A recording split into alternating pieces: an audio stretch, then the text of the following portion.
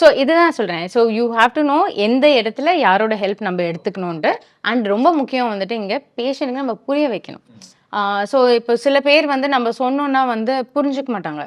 அந்த மாதிரியும் இருக்காங்க. லைக் வருவாங்க, "இல்ல இல்ல மேம் நீங்க எனக்கு ட்ரீட்மெண்ட் மட்டும் குடுங்க. நான் நீங்க குடுக்குற கிரீம்ஸ் மட்டும் போடுறேன்" அப்படின்ட்டு. அந்த மாதிரி பண்ணி ஒரு ஒரு மேல் தான் இது. ஸோ அவருக்கு வந்து இந்த பிக்மெண்டேஷன் இருந்துச்சு, இந்த ஸ்காரிங் இருந்துச்சு, ஓவர் வெயிட்டா வந்துரும்.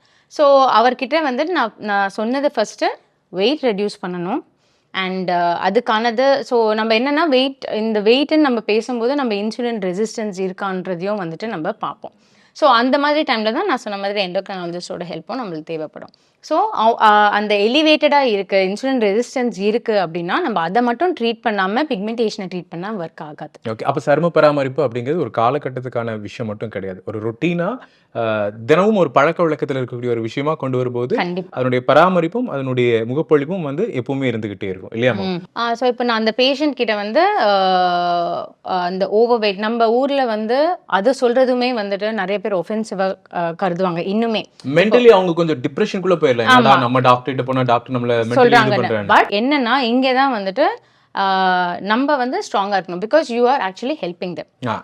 இப்போ நீங்க வந்துட்டு அவங்களுக்கு இந்த ஒரு விஷயம் இருக்கு, அது இதனால நம்ம சொல்லும் போது என்னன்னா நிறைய பேர் வந்து தோலை ரொம்ப அலட்சியமாகவும் எடுத்துப்பாங்க.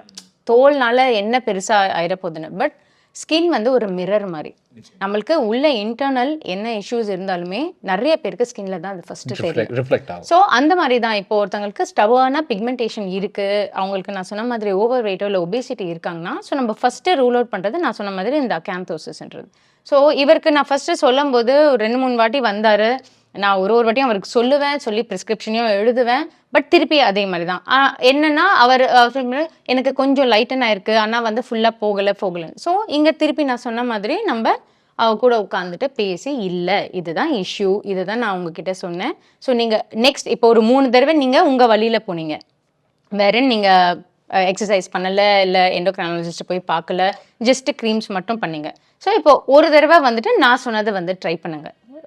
கோ மீட் அண்ட் எண்டோக்ரைனாலஜிஸ்ட். அவங்க என்ன சொல்கிறாங்க, அவங்க ஏதாச்சும் டயட் மாடிஃபிகேஷன்ஸ் பண்ண சொல்கிறாங்களா, இல்லாட்டி அதுக்கப்புறம் வந்து எக்ஸசைஸ் ஏதாச்சும் ஒரு பர்டிகுலர் டைப் ஆஃப் எக்ஸசைஸ் பண்ண சொல்கிறாங்களான்னு பண்ணிவிட்டு நீங்கள் சைட் பை சைடு வந்து இந்த க்ரீம் அப்போ யூஸ் பண்ணுங்கள், உங்களுக்கு டிஃப்ரென்ஸ் தெரியும்னு.